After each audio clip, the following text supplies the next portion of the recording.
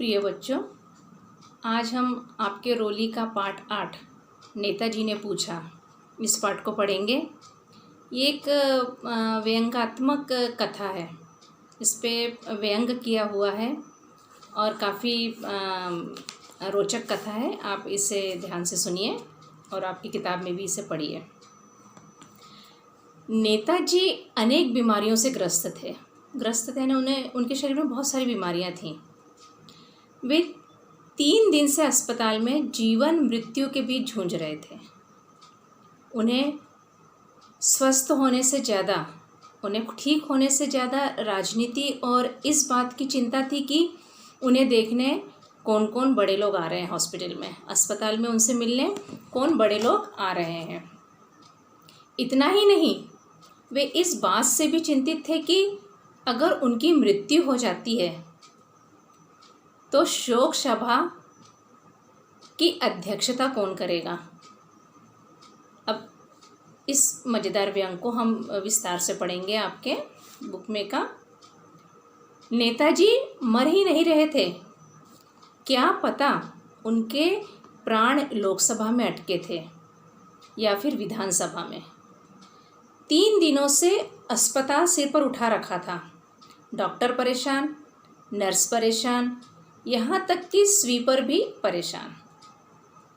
सभी सोच रहे थे कि इस राजनीति से जल्दी छुटकारा मिले। डॉक्टर इसलिए परेशान थे कि जो आता केवल यही पूछता कि नेताजी कब तक के मेहमान हैं, यानी वो कब जाने वाले हैं, मरने वाले हैं, क्योंकि उन्हें बहुत सारी बीमारियां थीं।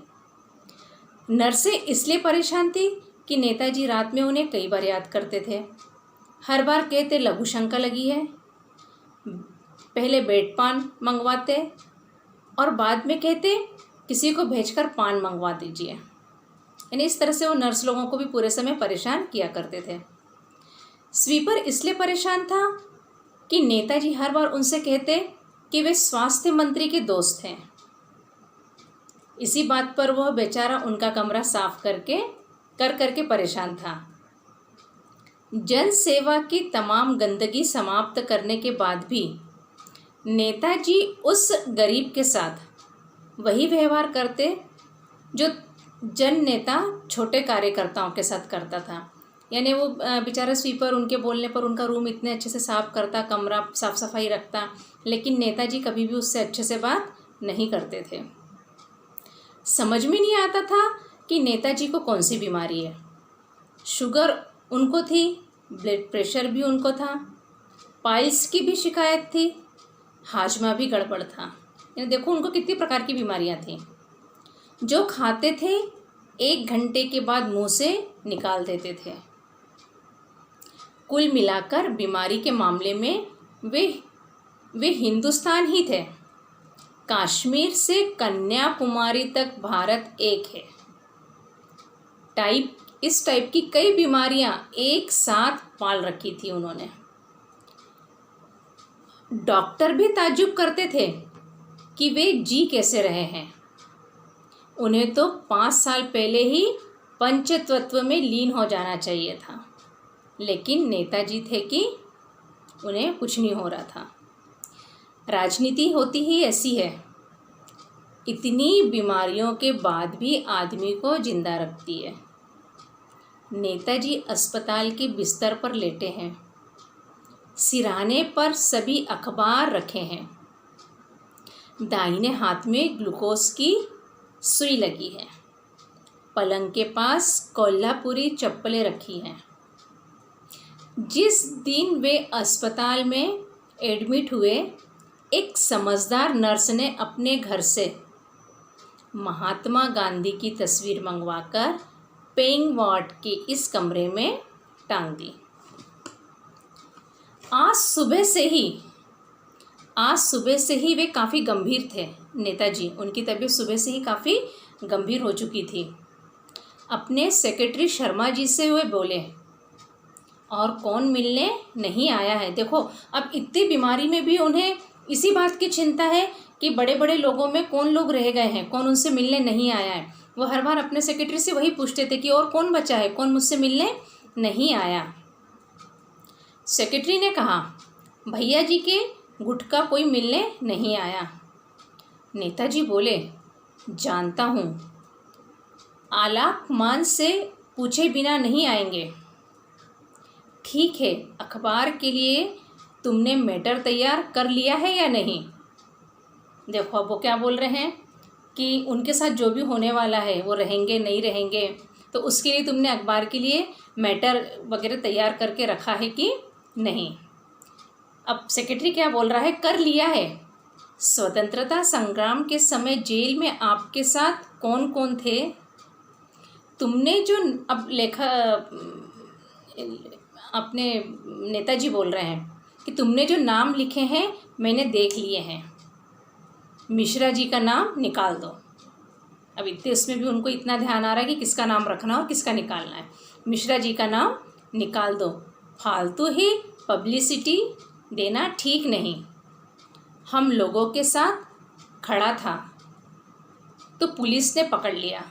देखो अब वो क्या बोल रहे हैं कि मिश्रा जी का नाम हटा दो, फालतू की पब्लिसिटी उनकी करो मत। क्यों? क्योंकि वो तो सिर्फ हमारे साथ खड़े ही थे और पुलिस ने उन्हें पकड़ लिया। आज मज़े से स्वतंत्रता सेनानी की पेंशन खा रहे हैं। मैं जहाँ जहाँ अध्यक्ष था उसका बराबर उल्लेख कर दिया है ना। क्या बोल रहे हैं कि मैं जहाँ जहाँ जिस जिस कार्य में मैं जगह पे वो अध्यक्ष बने थे, पद मिला था, उसका उल्लेख किया है कि नहीं किया है? अब सेक्रेटरी कह रहे हैं जी कर दिया है। देखो कौन आ रहा है, उससे पहले बाहर बात करो। फिर नेताजी गंभीर मुद्रा में लेट गए।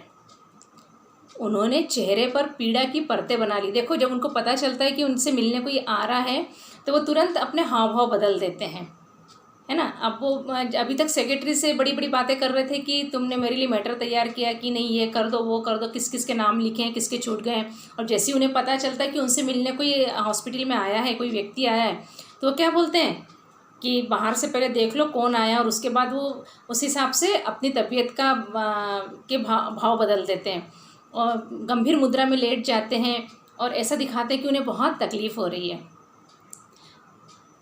लगता था जैसे रक्षा मंत्री बीमार होकर अस्पताल में लेटे हैं। यही तो बात थी नेताजी में, मौका देखते और चेहरा इतना नीचे उतार देते थे जैसे सारा दुख केवल उन्हें ही हो रहा है। यानी वो मौका देखते ही रंग बदलना अच्छी तरीके से जानते थे। उधर कोई मरा नहीं, इधर नेताजी ने मुंह उतारा। यानी उन्हें जैसी किसी और की भी मरने की खबर मिलती थी वो तुरंत अपने चेहरे के हाव भाव बदल लेते थे। गंभीर तो ऐसे अवसरों पर वे इतने हो जाते थे जैसे देश पर कोई विपत्ति का पहाड़ टूट पड़ा है। शोक सभा में तो बोलते बोलते रो ही देते थे। यह उनकी पुरानी आदत थी। यही कारण था कि कोई शोक सभा उनकी अध्यक्षता के बिना संपन्न नहीं होती थी। सेक्रेटरी ने अंदर जाकर नेताजी को बताया कि कोई बाहर से मिलने आया है। वे बोले, पहले पूछो कहाँ से आया है, क्या काम करता है। ऐसे समय में हम एरे गेरे से मिलकर ठीक नहीं, एरे गेरे से मिलना हम ठीक नहीं समझते। सेक्रेटरी ने पूछकर बताया कि कोई बड़ा व्यापारी है। नेताजी बोले, कह दो कि हमें डॉक्टर ने बात करने से मना किया है। सेक्रेटरी ने उस सज्जन का नाम मिलने वालों की फेहरिस्त में लिख दिया। जो वो लिस्ट बना रहे थे ना कि कितने लोग उनसे मिलने आ रहे हैं, उसमें उस व्यक्ति का नाम उन्होंने लिख दिया। बाद में यह फेहरिस्त नेताजी के सिरहाने रख दी। सेक्रेटरी जानता था कि बीमारी में वे इसी तरह के साहित्य का मनन चिंतन करने में रुचि रखते हैं। रात अचानक नेताजी की तबीयत नाजुक हो गई। रात में क्या हुआ, एकदम से नेताजी की तबीयत नाजुक हो गई। डॉक्टर साहब ने सेक्रेटरी को जगाया। वह पेइंग वार्ड की बेंच पर ही लेटा था। नेताजी की राजनीति में उसकी यही जगह थी। सेक्रेटरी ने आंखें मलते हुए कहा, चल दिए क्या? क्या बोला सेक्रेटरी ने? चल दिए क्या? डॉक्टर ने कहा, नहीं, लेकिन हालत गंभीर है। सेक्रेटरी ने डॉक्टर से क्या पूछा कि इनकी हालत अब गंभीर हो रही है रात को अचानक से, तो अभी जाने वाले हैं क्या? तो डॉक्टर ने कहा, क्या कहा? नहीं, लेकिन हालत गंभीर है, ऑक्सीजन पर चल रहे हैं। आप जाओ और नेताजी के रिश्तेदारों को बुला लो। सेक्रेटरी ने जेब से दूसरी लिस्ट निकाली जो नेताजी के उन रिश्तेदारों की थी जिन्होंने उन्हें गंभीर होने की सूचना देनी थी। अब ये सब पहले से हो गई है तैयारी कि किसे बुलाना है, किसे नहीं बुलाना है। फिर सेक्रेटरी ने जेब से वह डाक बुक निकाली जिसमें उन्हें उस मंत्रियों के नाम पत्ते लिखे थे जिन्हें नेताजी अपनी राजनीति का मार्गदर्शन मानते थे। सेक्रेटरी जानता था कि यदि इस बीच नेताजी को होश आ गया तो वे जरूर पूछेंगे कि किन किन मंत्रियों के उत्तर आए। अस्पताल के पास ही एक मस्जिद थी। सेक्रेटरी अनजान की प्रतीक्षा कर रहा था। उसने सोचा कि फजर की नमाज की अजान हो तो वह जाकर चाय वाय पी ले। नमाज पढ़ी जाती है उस वक्त के लिए बोला जा रहा है। मस्जिद के पास एक टपरीनुमा होटल था जो सवेरे 4 बजे केवल नमाजियों के लिए ही खोला जाता था, जो मस्जिद में नमाज पढ़ने जा रहे हैं सुबह सुबह। इसी बीच नर्स ने सेक्रेटरी को बताया कि नेताजी उसे याद कर रहे हैं। वह अंदर आया तो देखा नेताजी की आंखें खुली हुई थीं। ऑक्सीजन हटा दी गई थी। नेताजी खुली आंखों से देश का भविष्य देख रहे थे। सेक्रेटरी को अपने पास बुलाकर कहा, लगता है अब मैं थोड़े देर का ही मेहमान हूँ। सेक्रेटरी ने कहा, ऐसा मत कहिए, अभी तो आप इस देश के लिए बहुत कुछ करना है। आपको भी इस देश के लिए बहुत कुछ करना है। आप चले गए तो इस देश का क्या होगा? वे बोले, मुख्यमंत्री जी का कोई संदेश आया? देखो अब यहाँ पे हालत गंभीर हुई जा रही है, लेकिन चिंता किसकी है? नेताजी को कि मुख्यमंत्री का संदेश आया कि नहीं। सेक्रेटरी ने कहा, कल की डाक में तो नहीं था। वे स्वास्थ्य मंत्रालय से आपके स्वास्थ्य लाभ का संदेश आया है। कहाँ से आया है? स्वास्थ्य मंत्रालय से आपके स्वास्थ्य लाभ का संदेश आया है कि आप जल्दी ठीक हो जाएं। तुमने उसे अखबार में दिया है ना? देखो सेक्रेटरी को अब वो क्या बोल रहे हैं कि जो संदेश स्वास्थ्य मंत्रालय से आया वो तुमने अखबार में छपवाया है कि नहीं? आज सुबह दे दूंगा, कल शाम को तो मैं नहीं दे पाया। नेताजी ने बीच में कहा, लगता है तुम मुझे वैसे ही मार डालोगे। भगवान जाने तुम्हें कब समझ आएगी कि कौन सा काम पहले करना चाहिए। इन दिनों मेरे साथ रहे लेकिन सीखा कुछ नहीं। कि तुम मेरे साथ इतने दिनों से यहाँ पर रह रहे हो लेकिन तुमने कुछ भी नहीं सीखा कि कौन सा काम पहले करना चाहिए। नेताजी ने करवट बदली।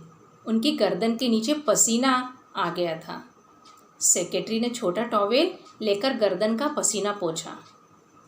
थोड़ी देर चुप रहे। इस बीच मस्जिद के लाउडस्पीकर से अजान की आवाज़ आ रही थी, नमाज पढ़ने की आवाज़ आ रही थी। मुअज्जम लोगों को बुला रहा था। नमाज नींद से बेहतर है। सेक्रेटरी जानता था कि अब लोगों की भीड़ होटल में जमा हो जाएगी। लोग आधी चाय मारेंगे और मस्जिद में जाकर सिजदा करेंगे। सेक्रेटरी ने कहा, जाता हूँ, सबको खबर कर देता हूँ। वे बोले, मुझे घबराहट हो रही है, नर्स को जल्दी बुलाओ। तभी डॉक्टर शुक्ला आकर बोले, आपको कहा है कि आप बातें बिल्कुल मत कीजिए। आपको टोटल रेस्ट की ज़रूरत है। नेताजी फिर ऑक्सीजन पर आ गए। सुबह 8 बजे तक अस्पताल खादीधारियों से भर गया, यानी सब नेता वहाँ पे जमा हो गए। विपक्ष के लोग भी थे, विरोधी पार्टी वाले भी थे। अपने यहाँ यही बात तो अच्छी है कि अंतिम समय में सत्ता और विपक्ष एक ही बेंच पर बैठ जाते हैं, यानी सब आपस में मिल जाते हैं।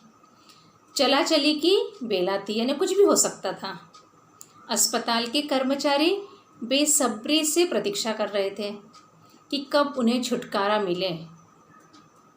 अस्पताल के कर्मचारी जो भी काम करने वाले थे वो नेताजी से की सेवा कर कर के परेशान हो गए थे, इसलिए बोल रहे थे कब उन्हें छुटकारा मिले। सेक्रेटरी ने नेताजी के बेड के पास कुछ कुर्सियां लगवा दी। संसदीय सचिव, विधायक, सांसद और नगर निगम के मेयर नेताजी के कमरे में थे। बाकी के लोग बाहर खड़े इंतज़ार कर रहे थे कि कब कहाँ कहें कि नेताजी की क्षतिपूर्ति असंभव है। जो भी नर्स नेताजी के कमरे से निकलती, कार्यकर्ता उसे घेर लेते। नर्स हर बार यह जवाब देती, अभी कुछ कहा नहीं जा सकता, वैसे हम पूरी कोशिश कर रहे हैं। अखबार वाले भी बाहर खड़े प्रतीक्षा कर रहे थे। ठीक 9:20 पर नेताजी को होश आ गया। उन्होंने पहली बार आंखें खोली। पहली बार डॉक्टर शुक्ला ने इतने जीवट का मरीज देखा था। हम जानते हैं कि सन 42 के आंदोलन में नेताजी ने अंग्रेजों से इसी रोग निरोधक शक्ति के बारे में लोहा लिया था। नेताजी ने सिरहाने पर ही अपनी गर्दन धीरे से घुमाकर कुर्सी पर बैठे लोगों को एक नज़र देखा, जैसे कन्फर्म करना चाहते थे कि अंतिम समय तक कौन उनके साथ है। फिर सेक्रेटरी को पास बुलाकर पूछा, मुख्यमंत्री जी का कोई संदेश आया? इसके बाद नेताजी की नज़रें गांधी जी की तस्वीर पर जम गई। बापू के हाथ में लंबी लाठी को वे गौर से देखते रहे। डॉक्टर शुक्ला बोले, अभी इन्हें आराम की ज़रूरत है। Now he is out of danger. Now he is out of danger. लोग उन्हें डिस्टर्ब न करें तो अच्छा है।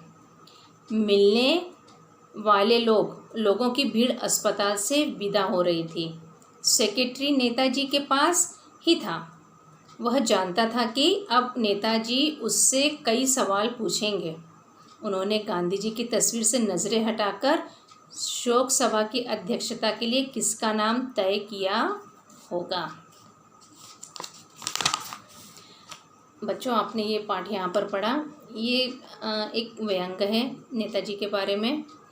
आपको समझ में आ गया होगा। अभी आप किताब में आप इसे एक बार अच्छी तरीके से पढ़ लीजिए और इसके बाद में हम क्वेश्चन आंसर करेंगे।